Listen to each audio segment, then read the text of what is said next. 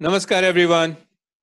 Welcome to Masala Chai with Rajiv Khurana. This is our second episode. The first episode was very well attended, and this second episode has a fabulous registration. At the time of starting, we had almost 504 people who had registered. And I'm sure as the time progresses, a lot of people would be joining. And I do expect the attendance to be somewhere around 50% because people do get busy later on something else. We'll be using Hinglish as our mode of communication, a blend of English with a tadka of Hindi.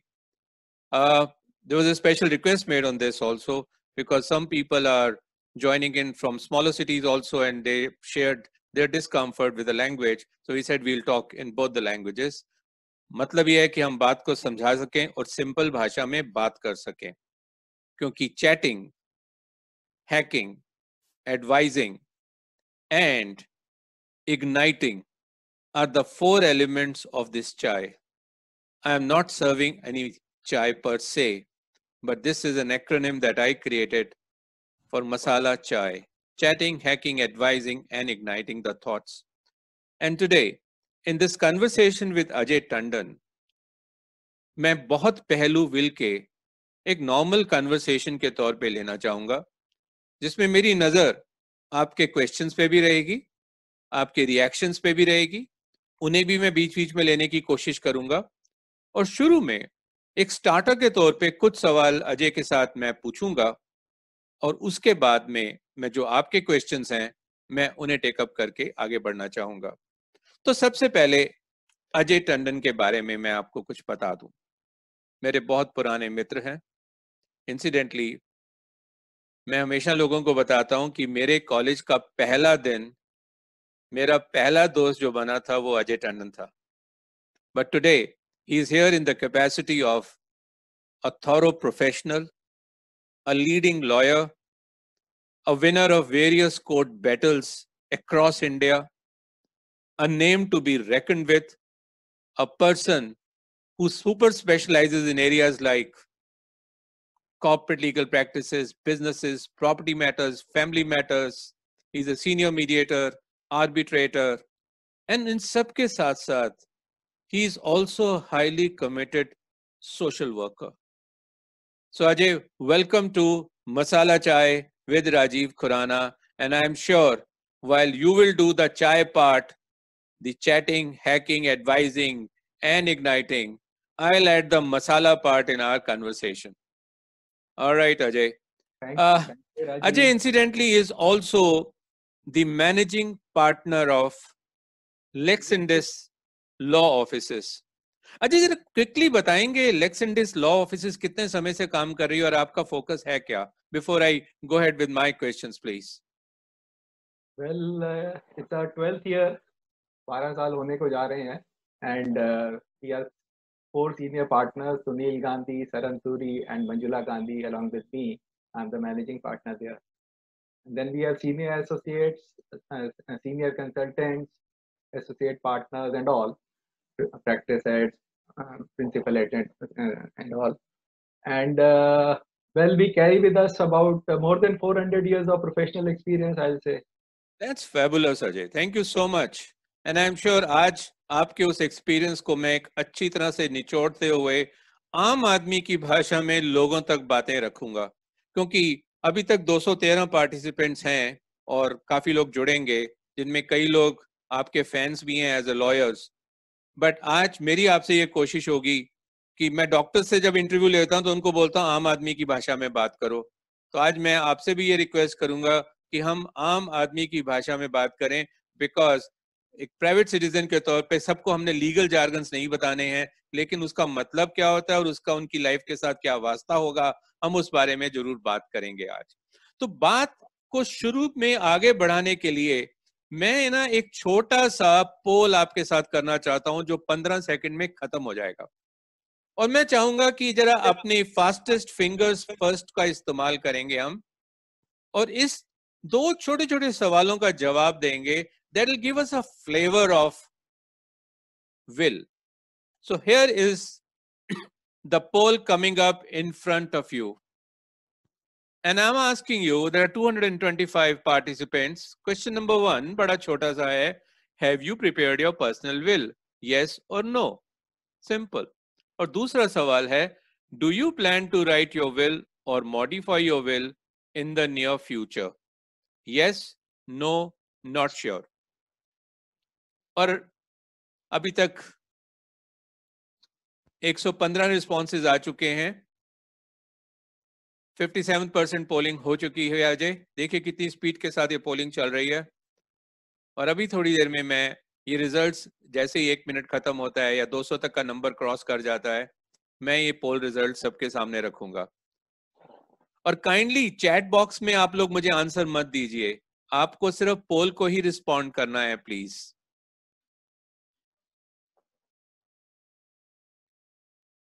तो 177 responses आ चुके हैं, 180 responses आ चुके हैं. और अब हमारे को देखना है कि ओवरऑल स्ट्रक्चर क्या बनकर आता है. Have you prepared your personal will? Yes पे क्या आंसर है, नो पे क्या आंसर है.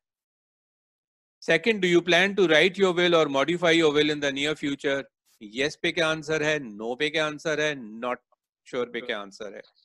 तो मेरे दोस्तों 195 हो चुके हैं. तो चलिए नंबर 200 तक पहुंच जाए तो मैं इसे क्लोज करूं, नहीं तो मैं अभी क्लोज करूं. 79% पोलिंग हो चुकी हुई है हमारे साथ में. एंड प्लीज आपने जो आंसर करना है वो सिर्फ चैट बॉक्स पे करना है. And in case you have any questions, मैंने देखा है कुछ लोगों ने क्वेश्चन चैट में डाल दिए हैं. We have a separate tab called Q&A. आप अपने क्वेश्चन को वहां से कॉपी करके Q&A में डालें, because I would be in a position to take questions only from the Q&A tab. और चैट बॉक्स में तो आप सिर्फ अपने कमेंट्स डाल सकते हैं जैसा भी आप डालना चाहते हैं, दूसरों के लिए कमेंट्स डाल सकते हैं, अपना ओपिनियन डाल सकते हैं. And I try to read those and try to make it as interactive as possible. So Ajay, with your permission, I'm ending the poll. We have 207 responses out of 253 participants so far. 81% voted. And now let's see the results which are coming up. Purnima, kindly make a note of these figures also. And here we are, my dear friends. Have you prepared your personal will? 15% people feel that they have prepared the personal will. 85% people have not prepared their personal will. This is a very interesting data. Second question, do you plan to write your will or modify your will in the near future? 60% people feel yes, 10% feel no. That means जिन्होंने बना के रखी है वो संतुष्ट हैं, बहुत अच्छी बात है. लेकिन 23% people are not sure. Either they are not sure whether they are going to be modifying it or not sure whether they will be making it. But this is the result, and I must compliment everyone for being very forthright and very quick that in 2 minutes time we could create 208 votes in front. So now let me now just close it and now get on to the discussions with Ajay straight away. So these are the results in front of you. Read it once again. If you want to take a picture of this, do it. And then, of course, we shall be getting into our discussions.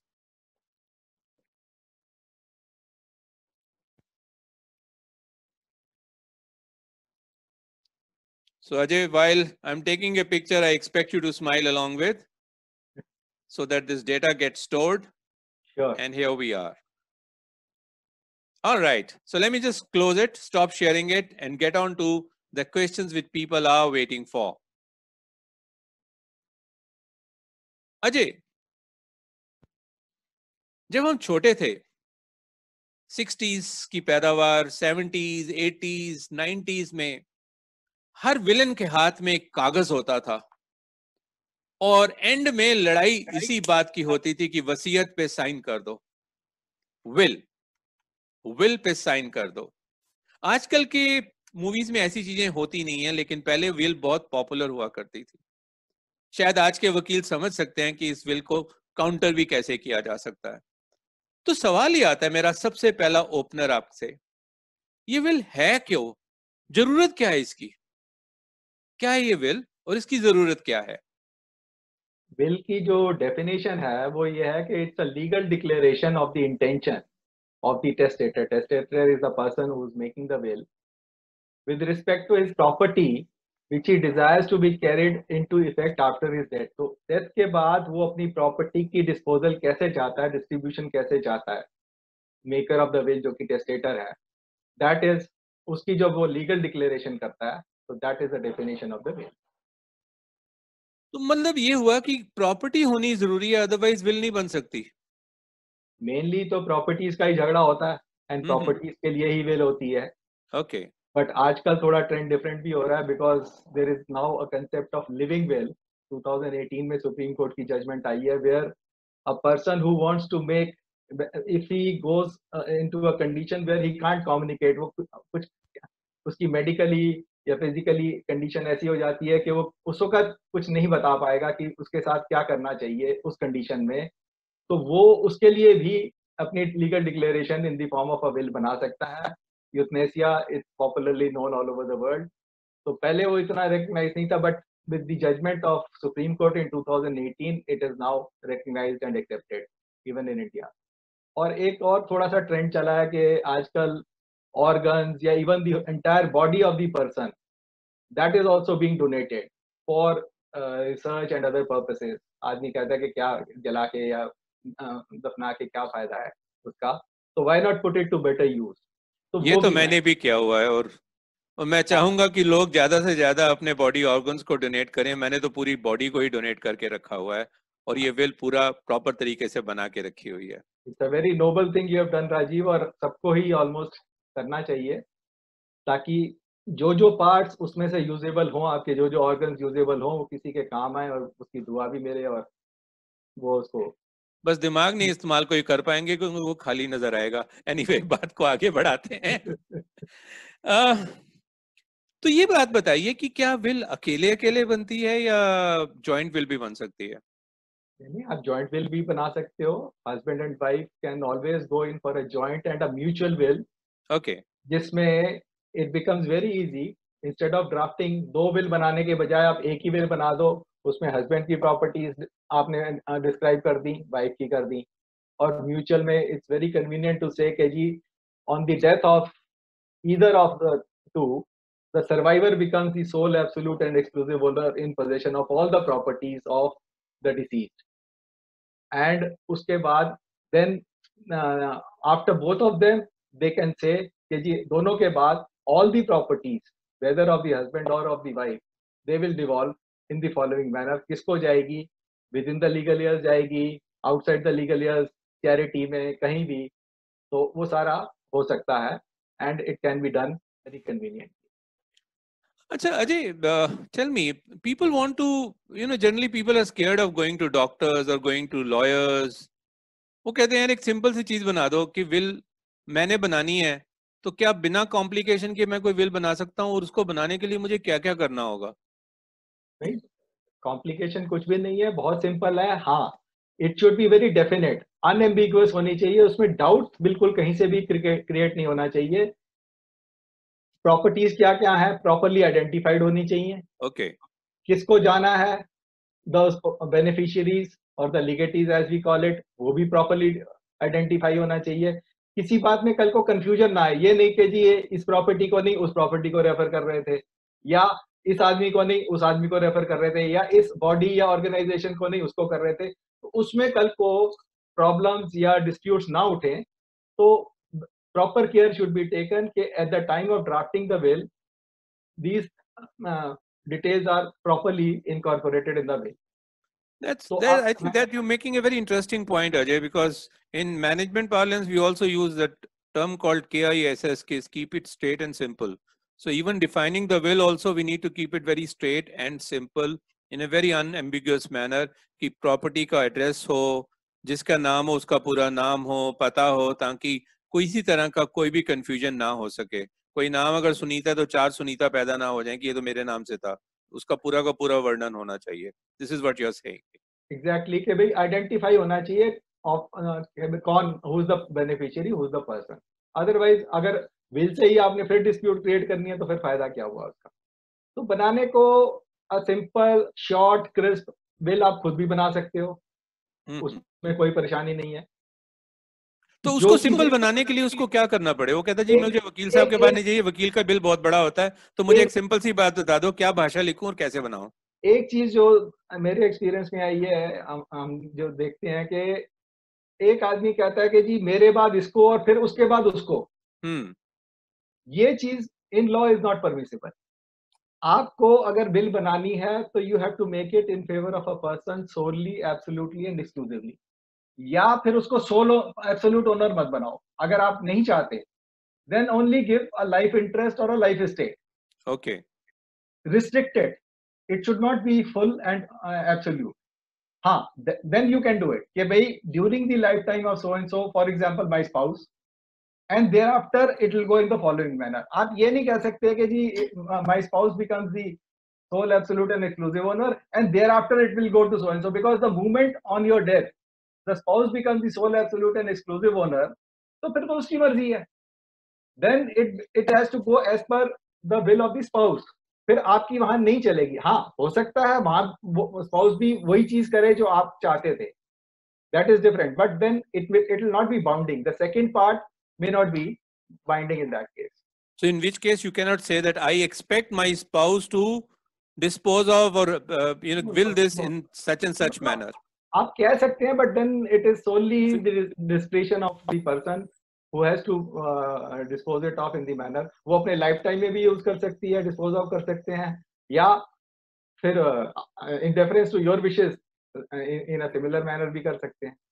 But अच्छा, एक बात समझ नहीं आती, लोगों को भी थोड़ा सा डर रहता है कि यार लीगल भाषा में बनानी चाहिए, कौन जाएगा रजिस्टर कराने, कौन जाएगा कोई नोटरी कराने। अब लोग, मेरे पास बहुत सारे सवाल आए हैं, इनफैक्ट ईमेल्स आई हैं, and majority of the question, चलिए मैं अभी ले लेता हूँ कि क्या विल को रजिस्टर कराना जरूरी है? नहीं, बिल को रजिस्टर कराना कोई जरूरी नहीं है। बिल पे कोई कोर्ट फी, कोई स्टाम्प ड्यूटी कुछ पेबल नहीं है। It can be on a simple plain piece of paper, उस पे आप बिल बना सकते हैं। हाँ, जो बहुत सबसे जरूरी रिक्वायरमेंट बिल की है वो है of the two attesting witnesses. उसका आपको बहुत ख्याल रखना है कि जो दो अटेस्टिंग विटनेसेस आप चूज कर रहे हैं as a testator at the time of making of the will, वो डिपेंडेबल लोग होने चाहिए। They should later on not be won over or go berserk very, they should be they should stand by the bill। That is what I always advise कि आपको जब choose करना है तो इस चीज को बहुत अच्छे से चूज कीजिए कि आपके अटेस्टिंग विटनेसेस कौन होंगे। लोगों का ये भी बड़ी गलतफहमी होती है कि जिसको डिसइनहेरिट कर रहे हैं उससे साइन करा लिए, क्योंकि अटेस्टिंग विटनेस का रोल जो है ना, what is attestation in law? Attestation is the person says either I have seen the testator signing on the will or I have received the confirmation from the testator कि हाँ ये उसके sign है, उसने will बनाई है और उसके ये साइन है। और एन अटेस्टिंग विटनेस, उसको ये जरूरी नहीं है कि उसको कंटेंट्स ऑफ द विल पता हो, उसको कंटेंट्स ऑफ द विल ना भी पता हो। यू कांट फोर्स के भी अगर आपने साइन किया तो आपको कंटेंट्स पता होंगे, हो भी सकते हैं, नहीं भी हो सकते। It is not a requirement of law के अटेस्टिंग विटनेस को कंटेंट्स पता होने चाहिए। मगर ये कहना करना कि जी नॉन डिपेंडेबल बंदे को, particularly a person who is being disinherited and all, उसको तो कभी भी अटेस्टिंग विटनेस नहीं बनाना चाहिए। अजय, हम यहाँ पे दो चीजें इकट्ठी लेके चल रहे हैं।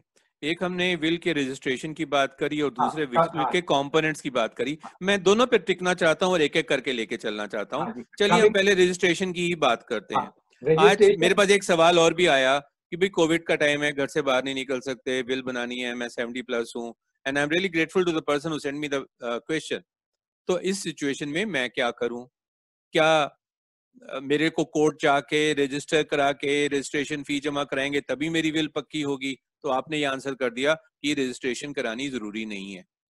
अब इसी से जुड़ा एक और पहलू है, अगर आपने रजिस्ट्रेशन करा ली है और उसके बाद में आप उसे फिर चेंज करना चाहते हो और अब आप रजिस्टर नहीं कराते, तब क्या होगा? नहीं, bill bye it's very nature is revocable. वो कभी भी रिवोक कर सकती है, चाहे वो रजिस्टर्ड है चाहे वो अनरजिस्टर्ड है। Registered unregistered, so far as validity is concerned, दोनों बराबर है। हाँ, ऑथेंटिसिटी, जेन्युइननेस एक विल की बढ़ जाती है अगर आपने जाके उसको रजिस्टर करा लिया। क्यों? आजकल तो वहाँ पे, पहले नहीं होता था, आजकल तो टेस्टेटर की भी फोटो खींची जाती है एंड इवन अटेस्टिंग विटनेसेस की फोटोग्राफ खींची जाती है हम्म, और रजिस्ट्रार प्रॉपरली अपने आप को सेटिस्फाई करता है कि सारी रिक्वायरमेंट्स जो हैं वो एग्जीक्यूशन ऑफ द विल की कंप्लाई हो गई हैं। वो टेस्टेटर से भी वेरीफाई करता है, अटेस्टिंग विटनेसेस से भी वेरीफाई करता है, उसके बाद ही वो परमिट करता है कि yes now this will can be registered. और विद फोटोग्राफ्स एंड ऑल, उससे ऑथेंटिसिटी बहुत बढ़ जाती है। ऑल्दो लीगल रिक्वायरमेंट के हिसाब से even an unregistered will is as good as a registered will. एक और एस्पेक्ट भी आजकल देखा गया है कि अगर आपकी विल रजिस्टर्ड है, तो when you go for mutation of the properties mentioned, जब उसके नाम की सब्स्टिट्यूशन करानी होती है, weather it is an immovable property या आपकी मूवेबल्स हैं, शेयर्स हैं, डिवेंचर्स हैं, बैंक अकाउंट्स हैं, एफडीज हैं, तो जो रजिस्टर्ड विल है ना, उसकी acceptability with the authorities and these bodies, that is very much, it's a lot better कि अगर आप रजिस्टर्ड विल लेके जाते हैं और उनको ये सबमिट करते हैं, तो वो उस पे बहुत ही मिनिमम रिक्वायरमेंट्स और फॉर्मेलिटीज के साथ आपका वो उसका काम कर देते हैं। मैं आपको यहीं पे रोकना चाहूंगा और इसमें एक सवाल और जोड़ना चाहूंगा कि जब आप कह रहे हैं रजिस्टर्ड विल में आपने सारी details they the, wonderful, but now supposing the person is holding 10 fixed deposits, 3 properties, some mutual fund, and fixed deposits and mutual funds keep changing. So is it good enough that he spells out the locations of the properties, but then in a one paragraph he says, all my mutual funds, all my fixed deposits will go to my son? या कि उसको सारी details देनी पड़ेंगी? देखो, जितनी आप details दे दोगे वो बेनिफिशियरी के लिए भी अच्छा रहता है। ओके, और जिसने जिसने बाद में नाम की ट्रांसफर करनी है, म्यूटेशंस करनी है, उसके लिए भी बड़ा अच्छा रहता है कि भाई ये बंदे को पता था, ये इसकी जेन्युइन विल है, इसको ही न्यू। और नहीं तो कई बार तो ये भी देखा गया है कि बेनिफिशियरी को पता भी नहीं होता कि कुछ और फिक्स डिपॉजिट थे, बैंक अकाउंट्स थे, पोस्ट ऑफिस थे, या कुछ ऐसे अकाउंट्स थे जिनके डिटेल्स ही नहीं होते। उनको ढूंढते ढूंढते इतनी परेशानी होती है, इतनी दिक्कत आती है। तो जितना उसमें मेंशन्ड होगा उतना ही फायदा होगा, ये मेरा मानना है। Alright, that's a very interesting point कि जितनी हम डिटेल्स दे सकते हैं करें, नहीं तो एक फाइट जो है आपकी एक लंबी बढ़ जाएगी नहीं इसके नहीं, अंदर। कंफ्यूजन और उसमें आप मिस आउट कर सकते हो, प्रॉपर्टी कैन गो वेस्ट, किसी को पता ही नहीं। सही बात है। और बैंक वाले तो आपके पास आएंगे नहीं बताने के लिए। बहुत रेयर होता है ऐसा कि वो आके आपको बोले कि जी यार फलाने की डेथ हो गई, आपने डेथ तो इंटीमेट कर दी और वो लीगल एयर्स के पास जाएं। बल्कि इसीलिए आजकल इस बात पे भी ज्यादा जोर दिया जा रहा है कि नॉमिनेशन जरूर करिए। Nomination is a very important aspect in respect of all these things, whether movable properties or immovable property. But लोगों को जनरली एक कंफ्यूजन रहता है Ajay, that once it has been nominated so therefore that fixed deposit is willed for him.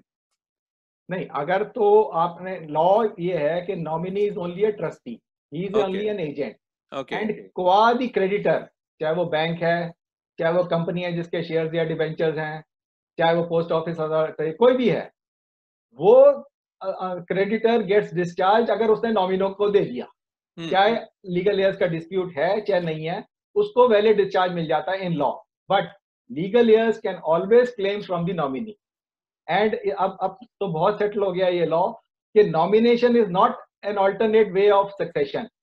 Succession तो वही होगा जो, अगर विल है तो टेस्टामेंट्री सक्सेशन, विल नहीं है तो इंटरस्टेट सक्सेशन, जो भी उसका पर्सनल लॉ है उसके हिसाब से। सो लोगों को हम जरा ये क्लैरिफाई कर दें कि अगर आपने बैंक अकाउंट में भी किसी को नॉमिनी किया हुआ है, तो then after you the processing of the bank account is becomes easier, but that the person does not become totally entitled to the amount of the fixed deposit. This is what Ajay you are saying. So in case there are other successors, you will have to share it with the other successors. No, you may not even be a successor in natural law.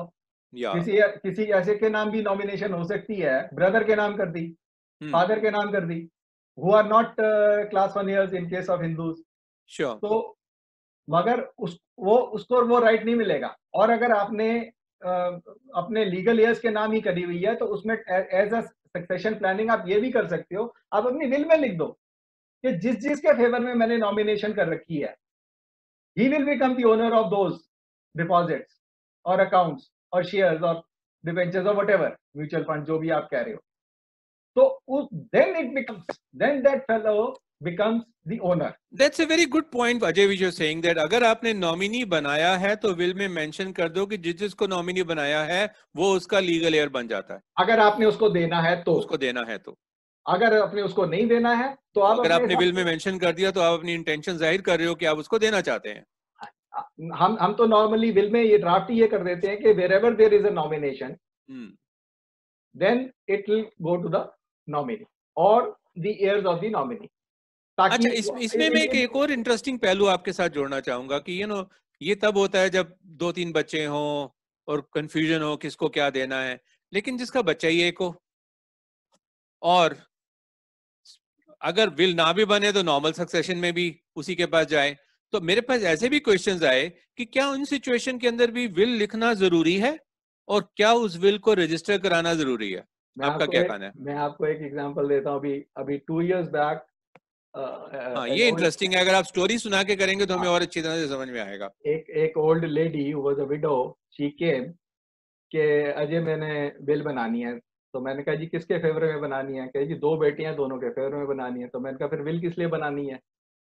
नहीं, फिर मैंने sorry ये पूछा कि आपने दोनों को कितना कितना शेयर देना है? कही बराबर देना है। मैंने कहा किस प्रॉपर्टी में कितना देना है? कहने सब में बराबर देना है। जो भी मेरी प्रॉपर्टी है, व्हाटएवर आई ओन टुडे और whatever I may own eight the time of my death, आज के बाद भी मैं अगर कुछ एक्वायर करती हूँ या जो भी मेरी होगी, इसमें से हो सकता है कुछ मैं यूज भी कर लूँ, तो वो जो है दोनों बेटों को बराबर जाएगी। तो मैंने कहा फिर आप किस लिए विल बनाना चाह रहे हैं? तो उन्होंने बड़ा अच्छा आंसर दिया और प्रैक्टिकल, और वो उसी से है जो अभी मैंने थोड़ी देर पहले कहा था कि एक तो म्यूटेशंस वगैरह में बड़ी आसानी हो जाती है। कोई गुड़गांव में प्रॉपर्टी है, दिल्ली में प्रॉपर्टी है, इम्प्रूवेबल प्रॉपर्टी, तो म्यूटेशन अथॉरिटीज के पास प्लस इनकम टैक्स अथॉरिटीज के पास बहुत आसानी हो जाती है कि एकदम से, क्योंकि एक रिप्रेजेंटेटिव रिटर्न भी बाद में डलनी होती है, तो उसके लिए बड़ा आराम हो जाता है। तो हालांकि it did not change the course of natural succession. I not only drafted the will for her, I even got it registered because of the advantages of registration, क्योंकि फिर फॉर्मेलिटीज बहुत कम हो जाती हैं। अब आप म्युनिसिपल कॉर्पोरेशन ऑफ दिल्ली के case में ले लीजिए, अगर आपके पास रजिस्टर्ड विल है तो वो कुछ हार्डली एक इंडेमनिटी या 2-4 और चीजें मांग के, बेसिक इंफॉर्मेशन मांग के, they will mutate it in your favour. But if it is not registered, technically they are wrong. Technically they can not say कि क्योंकि ये अनरजिस्टर्ड है इसलिए हम नहीं करेंगे, मगर उनका एक प्रोसीजर बना हुआ है और चला आ रहा है। तो as a matter of convenience it is always advisable कि ठीक है आप ना सिर्फ विल बनाइए बल्कि उसको रजिस्टर भी कराइए। Thank you so much, Ajay. This has been wonderful. In fact, right now 304 participants are listening to you. And let me ask them a question in the chat box. आपको लग रहा है कि आपको कोई अच्छी लर्निंग मिल रही है? अगर लर्निंग मिल रही है तो एक बार जरा थम्स अप मेरे को चैट बॉक्स में दे दें, या फिर वाई टाइप करें which means yes, और या yes टाइप करें, ताकि हमें पता लगे कि आपको ये प्रोग्राम कैसा अच्छा लग रहा है। और अजय देखिए AK-47 की तरह yes yes yes yes बहुत सारे शुरू हो गए हैं, which means you are doing a wonderful job in terms of educating everyone along. All over India, 306 people are participating and everyone is saying great learning. Yes, yes, super, super, excellent. Thank you so much, Ajay, for all the inputs that you are giving us. You are our hero today, and the Masala Chai, you are actually giving good justice to the chai, chatting, hacking, advising, and igniting the discussions. Wonderful. Thank you very much, participants, for all your inputs. And let me now move to some other parts of it. Ajay, जो आपने story सुनाई कि एक बच्चा बाहर है, एक दिल्ली में है, एक बड़ा सा घर है जिसमें दिल्ली वाला बच्चा रह रहा है, बड़ा वाला तो बाहर है, लेकिन अब वो घर दोनों के नाम पे है। जब वो वापस आता है तो जो दिल्ली में रह रहा है वो तो कहता है भैया मैं तो अब यहाँ रहता ही हूँ, मैं तो इसे खाली नहीं करूंगा। जो बाहर वाला है उसका आधा हक बनता है। ऐसी स्थिति के अंदर वो विल में तो लिखा हुआ है कि उसका आधा हक है, लेकिन वो अपना आधा हक पाए कैसे? इसके ऊपर जरा quick response, because I know इसके अंदर बड़ी कॉम्प्लिकेशंस होंगी, बट लोगों के दिमाग में इस तरह के सवाल होते हैं। नहीं देखो, अगर रिलेशंस अच्छे हैं तो विदाउट डिस्टर्बिंग, अगर एक भाई जो है उसका कई साल से रह रहा है, तो अगर आपस में बात करके, क्योंकि आई ऑलवेज बिलीव कि लिटिगेशन में तभी जाओ if you don't have an option. अगर आपका आपस में बैठ के और समझौता हो सकता है, you can arrive at a settlement, then it's always better. Owner आप हो, ओनरशिप को डिनाई भी नहीं करेगा, बट सिर्फ ये है कि हैसल्स अवॉइड करने के लिए थोड़ा सा गिव एंड टेक करके इट्स ऑलवेज बेटर कि आप तो उसके आप ये साथ। कहना चाहते हो कि will is the end result of the good intention of the testator, saying that कि मेरे बाद में झगड़े ना हो इसलिए मैं ये विल सेट करके जा रहे हैं।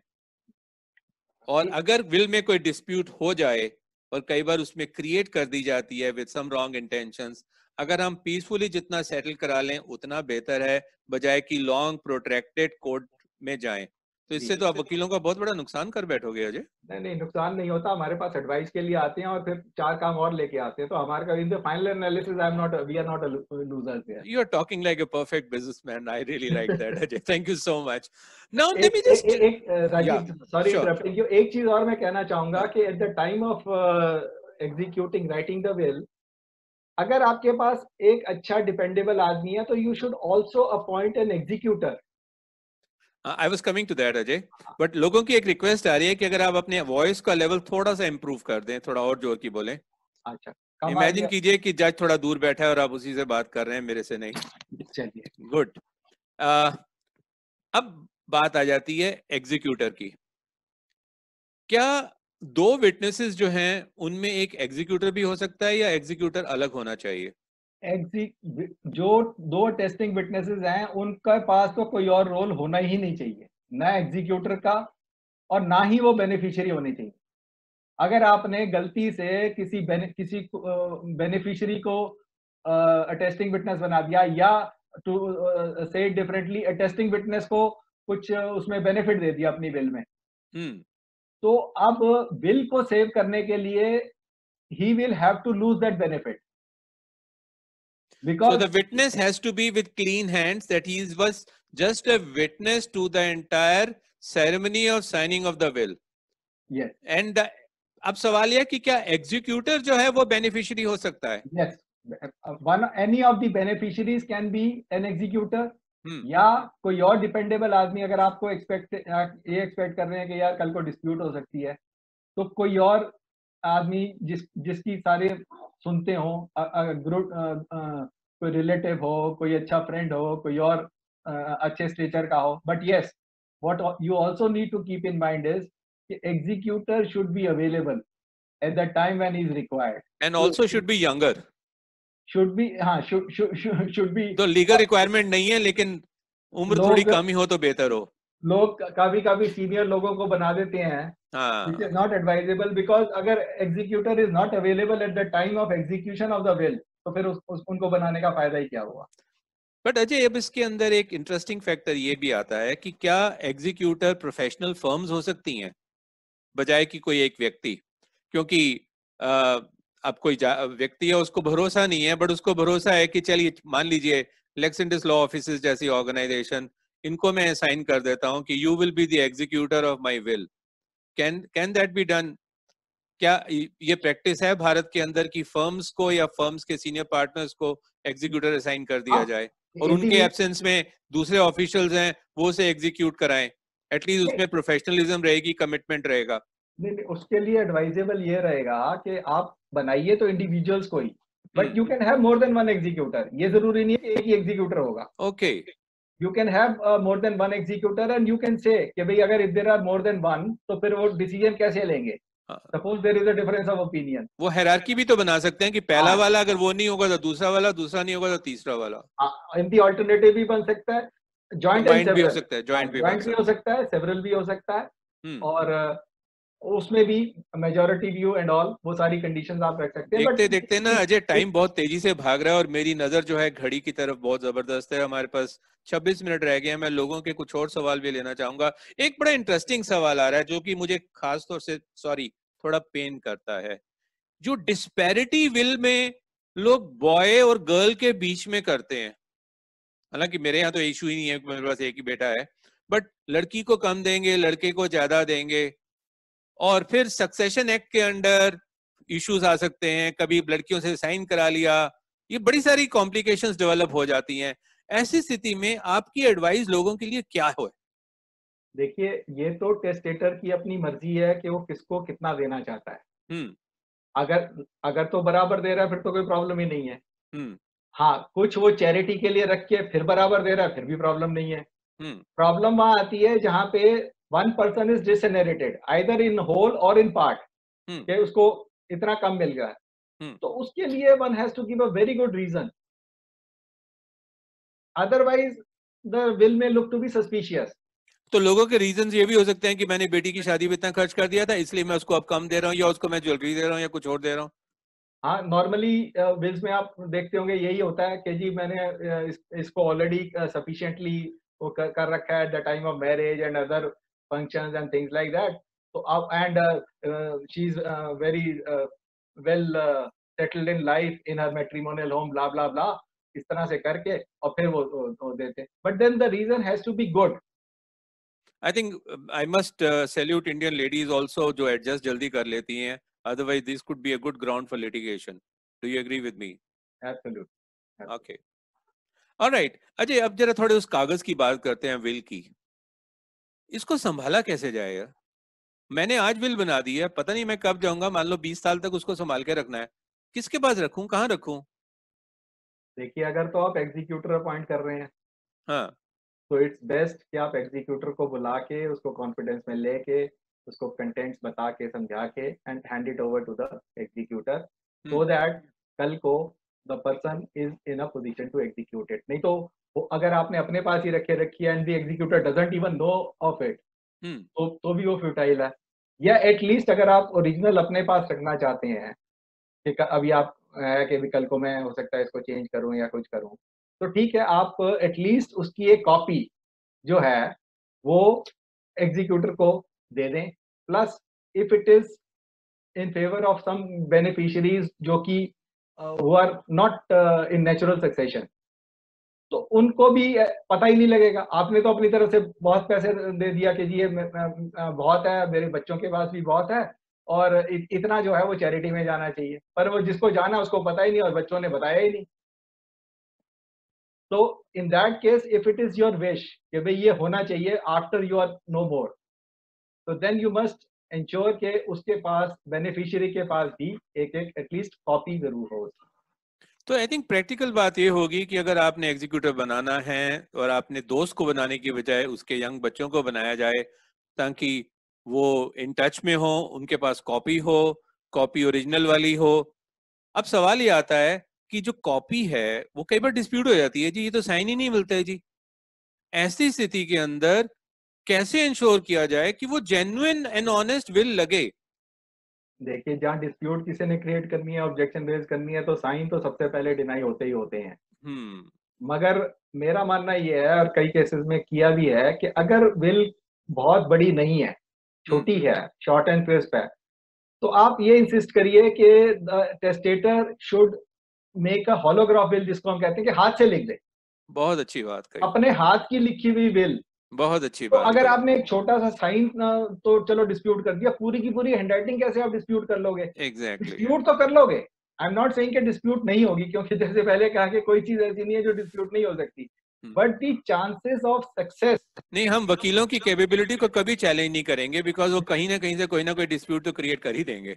बट वो that will only be a question of time. But ऐसी जो ऑब्जेक्शंस हैं, ऐसी जो डिस्प्यूट्स हैं, वो ज्यादा चलने वाली नहीं है। No, that was in the lighter vein. So supposing मैं उस विल को बना रहा हूँ, और मैं सभी लोगों के लिए, बिकॉज ये क्वेश्चंस बार बार सामने आ रहे हैं, तो मैंने क्लब करके ले रहा हूँ कि आपने अपनी हाथ से विल बनाई और मे बी जो इंक पैड होता है उसमें आपने अपने फिंगर्स के इंप्रेशंस भी डाल दिए ताकि आपका डीएनए भी कागज के ऊपर आ गया। और साथ में अब आपके पास इतने बढ़िया बढ़िया मोबाइल फोन है, जब अब ये सब कर रहे हो उसकी छोटी सी रिकॉर्डिंग भी कर दो, आप यूट्यूब पे भी डाल दो, आपके विटनेसेस भी साथ में हैं, वो भी वीडियो में कैप्चर आ गए, तो आपने तो पूरी तैयारी कर ली। इसके बारे में आपका क्या ओपिनियन है अजय? यूट्यूब वगैरह तक नहीं जाना। हाँ, आप अपना स्टिल नहीं, फोटो मैं जरा टेक्नोलॉजी को थोड़ा ज्यादा इमेजिन कर रहा था, आप लीगल पॉइंट ऑफ व्यू से बात करो। नहीं, लीगली तो वो भी परमिसेबल है, but it will not look good, sure. क्योंकि नहीं, अननेसेसरीली आप you can still put it on YouTube without sharing with people, so that's a provision that is available. no, but then why put it there? No, because only those who will have the link can only see that. That's the technology advantage. हाँ, वो ठीक है आपकी बात, but अगर उसमें डिसइनहेरिटेंस या कुछ ऐसा है तो वो अननेसेसरली जो है प्रॉब्लम क्रिएट करेगा। क्योंकि आदमी जब देखो, what is the difference between making a will and making a gift right away? Gift आज की डेट में इसलिए एडवाइस नहीं करते क्योंकि जैसे ही वो गिफ्ट होता है लोगों के वो बदल जाते हैं, और उसके बाद तो आपका ही यही भरोसा नहीं कि आप भी उस अपने मकान में रह पाओगे कि नहीं रह पाओगे। मतलब आपके सगे बच्चे आपको उसके बाद जो है आपका ट्रीटमेंट जो है वो डिफरेंट हो जाता है। तो इसलिए विल कर रहे हैं, मगर विल जब कर रहे हो तो आप ठीक है स्टिल फोटोज ले लो, वीडियोस भी बना लो, सब कुछ कर लो, it will add to the authenticity, no doubt. But I think going on YouTube and all will be a bit too far-fetched. No, one has to also start thinking futuristically also in terms of having video evidences, and where do you store the videos? So that's the reason I gave the example of YouTube. You don't have to telecast it on Facebook. Anyway, एक और question बड़ा interesting मेरे सामने आ रहा है. Mr. Mahendra Mahajan ने सवाल किया है, can I make more than one will? Say if I have 3 properties, can I make 3 separate wills, one for each property? Yes, you can. There is no Simple, bar. simple. There is no bar. बल्कि इसी में एक और concept of कोडिसिल भी आता है कि आपने एक विल बनाई, उसमें अगर आप कुछ एडिशन या वेरिएशन करना चाहते हो तो you can even go for a codicil. What is a codicil? Now ये टेक्निकल टर्म है, लोगों को जरा एक्सप्लेन करें। कोडिसिल जो होता है वो बिल को टोटली रिवोक ना करते हुए उसमें अगर कुछ चेंजेस आ गए हैं, आपने आज बनाई, 5 साल के बाद there is change in circumstances, कुछ प्रॉपर्टीज कम हो गई, कुछ बढ़ गई, या आपके मन में आया कि नहीं, एक एग्जांपल देता हूं मैं, वो 2 बेटे हैं, दोनों के नाम बराबर बराबर एक एक प्रॉपर्टी कर दी, फिर ड्यूरिंग दैट पीरियड एक बेटा जाके अब्रॉड सेटल हो गया, अब उसने वापस आना ही नहीं, तो अब उस प्रॉपर्टी को उसको ना दे के इन लिeu ऑफ दैट कुछ और दे दो। तो without revoking the will as such और cancelling, revoking is as good as cancellation, वो ना करते हुए उसको ऑल्टर कर दिया आपने या ऐड कर दिया, so that is a codicil. Wonderful. So computer की भाषा में add, modify, delete on the will, you can do, that's a codicil. No delete. Not delete that portion part. Delete That's a is modification. revocation. Sure. Incidentally, Hiru ने हमसे एक सवाल करा है जो हम पहले ही कवर कर चुके हैं कि donation of organs must be mentioned in the will too. तो अजय ने हीरू ये कहा था कि विल में मेंशन कर दोगे तो ठीक है, अगर वैसे भी आपकी डिजायर है तो आपका फैमिली डेफिनेटली उसको ऑनर तो जरूर करेगी। तो ये आपके अपने ऊपर डिपेंड करता है कि आप विल में मेंशन कर सकते हैं कि नहीं। इंसिडेंटली पर्सनल लेवल पे मैंने उसको मेंशन किया हुआ है। तो अभी बहुत सारे सवाल अजय और भी आ रहे हैं जो बिल्कुल हार्डकोर वकील वाले क्वेश्चन हैं। मैं उन्हें थोड़ी देर के लिए, एक सेकंड, अवॉइड इसलिए करना चाहूंगा क्योंकि मेरे पास कॉमन मैन के बड़े सारे क्वेश्चंस हैं और मैं पहले उन्हें उठाना चाहता हूं। और वकीलों के साथ डिस्कशन के लिए मैं यही कहूंगा कि प्लीज अजय टंडन को सभी लोग जानते हैं, फोन पे फिक्स कीजिए, उनके साथ में डिस्कशन कीजिए लीगल एस्पेक्ट्स के ऊपर। आज हम एक आम आदमी के क्वेश्चंस को पिकअप करके उन्हें रिजॉल्व करने की कोशिश करेंगे। और कोविड का टाइम खत्म हो तो उनके ऑफिस में जाइए, उनके साथ गपशप मारिए, जहां उनका ऑफिस है बहुत कुछ खाने पीने की जगहें भी मिलती हैं वहां पर अच्छी सी। और अजय आपको is a wonderful host, but at the moment please permit me to ask questions which are relevant for a common person, because there are so many of them. I have almost 104 questions which are in front of me which I'll have to pick up. Ajay, sorry I interrupted you. You wanted to say something and add something to this, please. मैं वही कह रहा था कि जैसे अगर आप चाहते हो कि बॉडी आपने डोनेट कर दी या ऑर्गन्स डोनेट कर दिए, तो वहां भी intimation to the concerned body और अथॉरिटी शुड बी देयर, और उसका आपके उनको भी रिलेशंस में या एग्जीक्यूटिव को भी पता होना चाहिए, क्योंकि particularly in case of eyes अगर आप 2 घंटे में वो नहीं निकाल लेते और यूज नहीं कर पाते तो फिर वो वेस्ट हो जाती है। तो टाइमली उसकी इंटीमेशन वगैरह के लिए इट्स ऑलवेज एडवाइजेबल कि द कंसर्न्ड अथॉरिटी और the body is also intimated in advance. In fact, we must be thankful to Mr. Rakesh Bhatia, who has also given a link in the chat box in terms of the Orbo of AIIMS. इसी तरह की बड़ी सारी और organisation है, मैंने खुद अपने आप को एम्स में भी क्यूट किया हुआ है। अब एक सवाल एक और आया है विष्णु जी का, आई थिंक ये बॉम्बे से ही लिख रहे हैं कि अगर हाथ से लिखी हुई है लेकिन विटनेसेस नहीं है तो क्या उस विल की वैल्यू होगी? तो कोई वैल्यू नहीं होगी अजय, क्योंकि अगर विटनेसेस नहीं है या विटनेसेस कल को उस विल को सपोर्ट नहीं करते तो it's a useless piece of paper. Alright, that's interesting. अब सवाल ये आता है कि आप प्रैक्टिकल रूप में बताएं, क्या विल को शेयर कर दें पहले ही जिनको हम देना चाहते हैं, दिखा दें? देखिए वो उसी पे डिपेंड करता है कि आपकी डिस्ट्रीब्यूशन जो है वो इक्वल है, अनइक्वल है, किसी को डिसइनहेरिट कर रहे हैं, पार्शियली कर रहे हैं, टोटली कर रहे हैं। ये तो फैक्ट्स पे डिपेंड करेगा फ्रॉम केस टू केस। इसलिए एक ब्रॉड इसका आंसर नहीं हो सकता कि डिस्क्लोज करना चाहिए या नहीं करना चाहिए। अच्छा, लोग फिर मुझसे सवाल कर रहे हैं स्टैंप ड्यूटी, स्टैंप पेपर। ये फिल्मों में स्टैंप पेपर लगता है अच्छा, क्योंकि वहां पर दूर से सिर्फ वो स्टैंप नजर आती है। अजय के अनुसार, लॉ के अनुसार कोई स्टैंप नहीं चाहिए विल के ऊपर, आप प्लेन पेपर पे विल बना सकते हैं। Ajay, is that right? एक बार फिर रीइंफोर्स करें, because these questions are coming again, so maybe these people would have joined little late in terms of asking this question. एक साइकोलॉजिकल प्रेशर बनाने के लिए जहाँ नहीं भी जरूरत होती वहाँ पीपल ओवरडू उसको स्टाम्प पेपर में भी कर दिया, जस्ट टू से देखो जी स्टाम्प पेपर पे लिख के गए हैं वो। तो in law it makes no difference whether it is on a plain piece of paper और ऑन अ स्टाम्प पेपर। और राकेश जी ने एक सवाल किया, how about making disinherited witness for registered will? Ajay ने क्लियर कर दिया है उस चीज के बारे में। अजय, आप एक बार फिर जरा रीइंफोर्स कर दें कि डिसइनहेरिटेड पर्सन को क्या विटनेस बना सकते हैं। It is always, it is not advisable to make him an attesting witness. हाँ, if आज की डेट में जिसको आप डिसइनहेरिट कर रहे हो and he is agreeing to it, तो what you can do is कि आप उसका एफिडेविट ले लो saying कि he has gone through the contents of the will, copy whereof is annexed with that affidavit and he consents.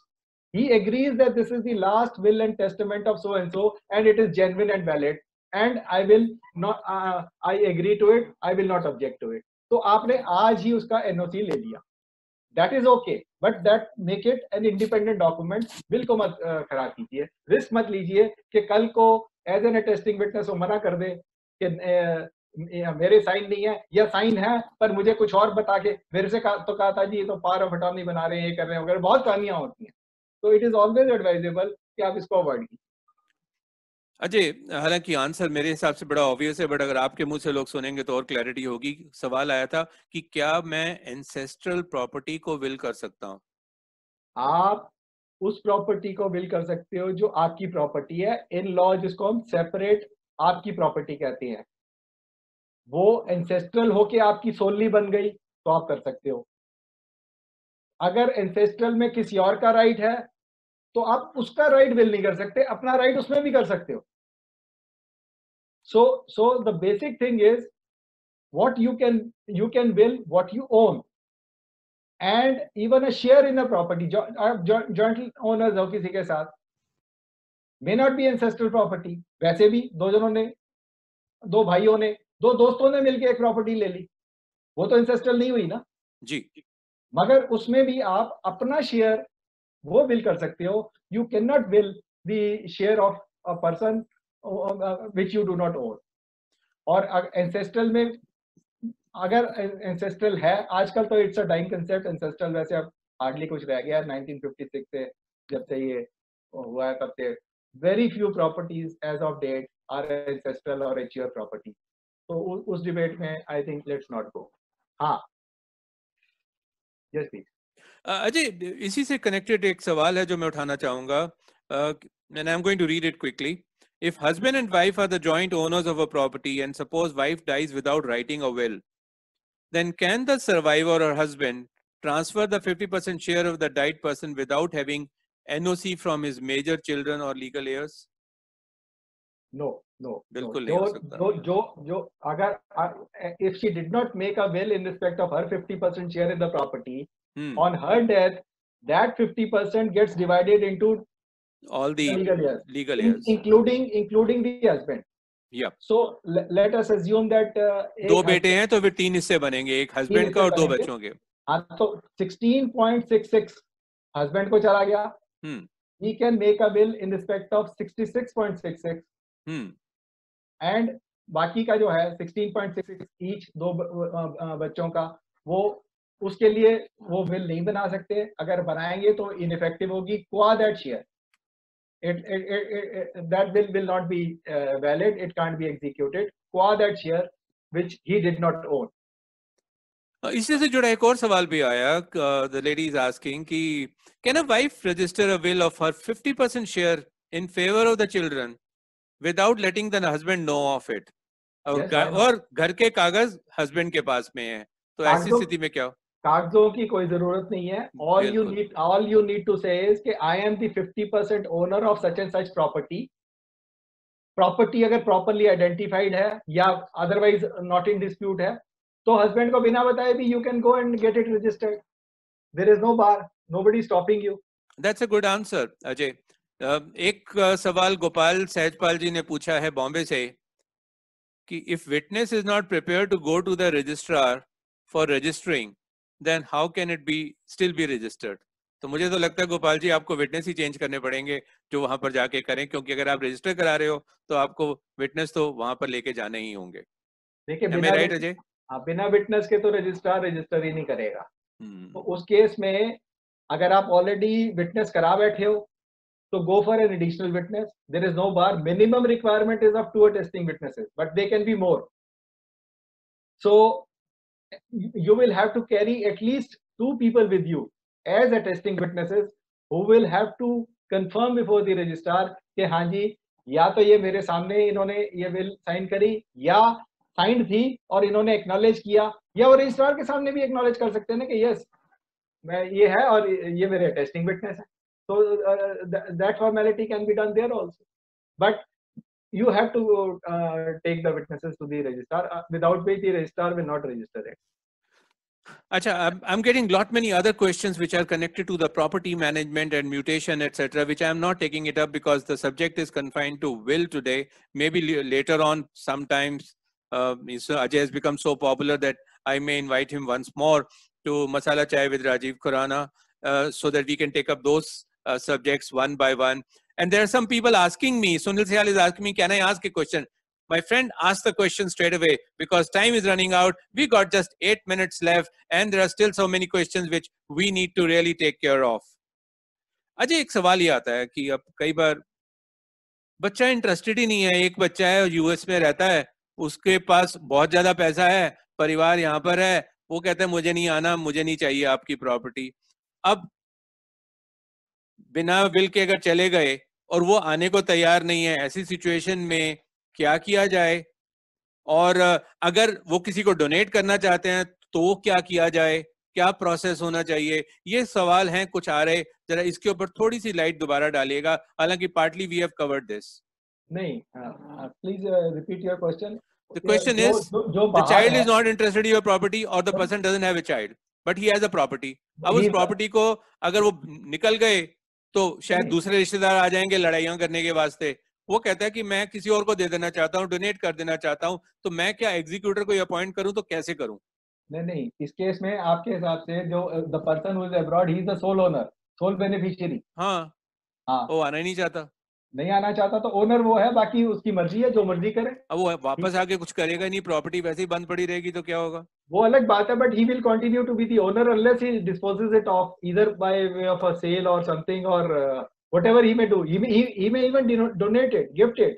He can do anything, but as long as he doesn't do anything, he continues to be the owner of that property. अच्छा, कुछ quick सवाल हैं आप जरा please. मान लीजिए वो उसने वो यूएस में बैठा है, उसको प्रॉपर्टी चली गई, कैन यूएस में बैठ के विल बना सकता है जो इंडिया में एग्जीक्यूट हो सकती है? हाँ जी, कहीं भी बना सकते हो आप. You can execute a will. सिर्फ जो requirements as per Indian law वो आपकी पूरी होनी चाहिए. अदरवाइज आप कहीं भी बट रजिस्ट्रेशन के लिए उसको फिजिकली करना पड़ेगा, वो इलेक्ट्रॉनिकली वहां से यहाँ पर रजिस्टर नहीं कर सकता. Just a point of clarity. नहीं, रजिस्ट्रेशन के लिए इफ पावर ऑफ अटॉर्नी में तो I will have to look into it कि क्या क्या. I think I am sure power of attorney के थ्रू कुछ कर ही सकता होगा वो. नहीं, पावर ऑफ अटॉर्नी के से तो आप बिल कर ही नहीं सकते. Okay. You have to No, do I'm talking about the registration process. I think I need Sure. to look into it. I'm sure. No, there are so many complications which keep arising, so one has to have. I don't want to give a wrong answer. Absolutely right. We really appreciate that, Ajay. That's professionalism.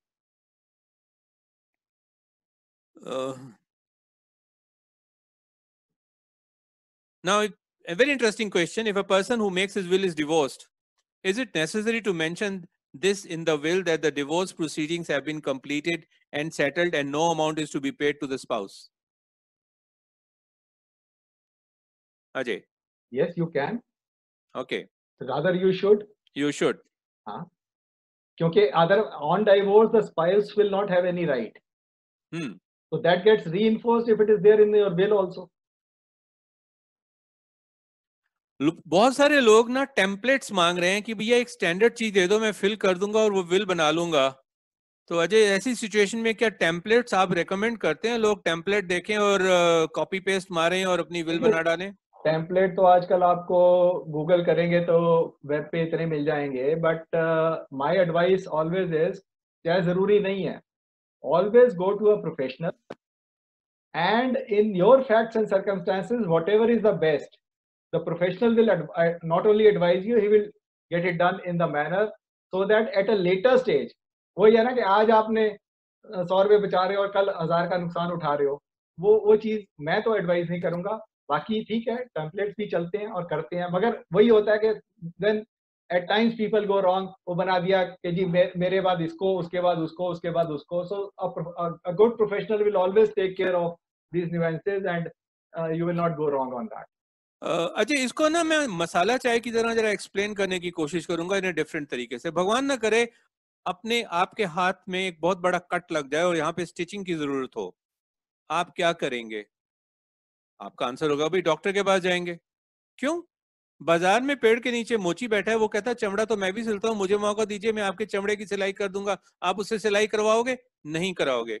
आपका जो Taylor है वो भी सिलाई करता है, लेकिन आप क्या इस चमड़ी की सिलाई उससे करवाओगे? नहीं कराओगे, because you need a professional doctor. Similarly, in order to safeguard your interests, in order to safeguard that there is a peace in the family and you will properly, you need to also go to a proper lawyer. And therefore, don't just bank on a normal standard template unless there is no cumbersome, as Ajay says, simple सी will है, अपने हाथ से लिखो. उन that case में बनाइए, witnesses लगाइए और वो सारी की सारी जो compliances है उन्हें पूरा कीजिए. अदरवाइज सिचुएशन ऐसी भी आएगी जो अभी एक केस आया कि आप 50 साल से एक बेटे के पास रहते हैं, दूसरे बच्चे ने परवाह ही नहीं करी, लेकिन विल नहीं बनाई और एंड यू पास्ड अवे. अब क्या उस बच्चे का हक बनता है क्योंकि 50 साल से उसने सेवा ही नहीं की? अनफॉर्चुनेटली हक तो बनता है. Am I right, Ajay? बिल्कुल बनता है जी, उसका पूरा तो शेयर. ऐसी स्थिति के अंदर आप एक सही एडवाइस लें, अच्छे प्रोफेशनल से एडवाइस लें तो बात बनेगी. There are so many questions, Ajay, which are still pending. I'm really getting scared because a lot of people are going to accuse me, because I'm not going to extend the session because we started on time and we'll be finishing on time. So what I can request Ajay Tandon is, in case your email ID could be shared with people, and maybe in case some of those questions could come to you directly and your team could answer some of that, or on telephonic give them a 5 or 10 minute tip. If that is possible, Ajay, then I can share it here. I'm not doing any because I'll not be in a position to cover as many questions which have come in front of me now.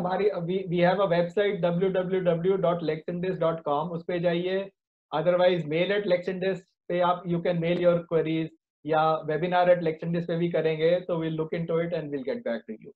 और अगर आप मेरे पास भी भेजेंगे तो मैं ड्यूटीफुली अजय के पास भिजवा दूंगा. हाँ. आप राजीव जी को भी भेज सकते हैं. So this has been a wonderful session, Ajay.